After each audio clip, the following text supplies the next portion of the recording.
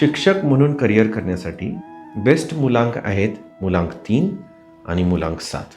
म्हणजे तुमचा जन्म जर 3, 12, 21, 30 किंवा 7, 16, 25 यापैकी कोणत्याही तारखेला झाला असेल, कोणत्याही महिन्याच्या, तर तुमच्यासाठी हे क्षेत्र उत्कृष्ट आहे. त्यासाठी लागणारे जे गुण आहेत तुमच्याकडे नैसर्गिकरित्याच असतात. तुम्ही उत्कृष्ट शिक्षक होऊ शकता.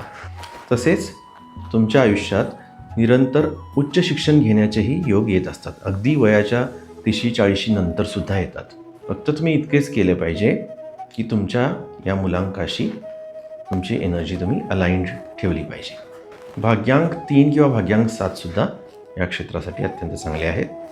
तसेच मुलांक किंवा भाग्यांक तुमचा 2 किंवा 6 असेल तरीही तुम्ही अत्यंत चांगले शिक्षक बनू शकता.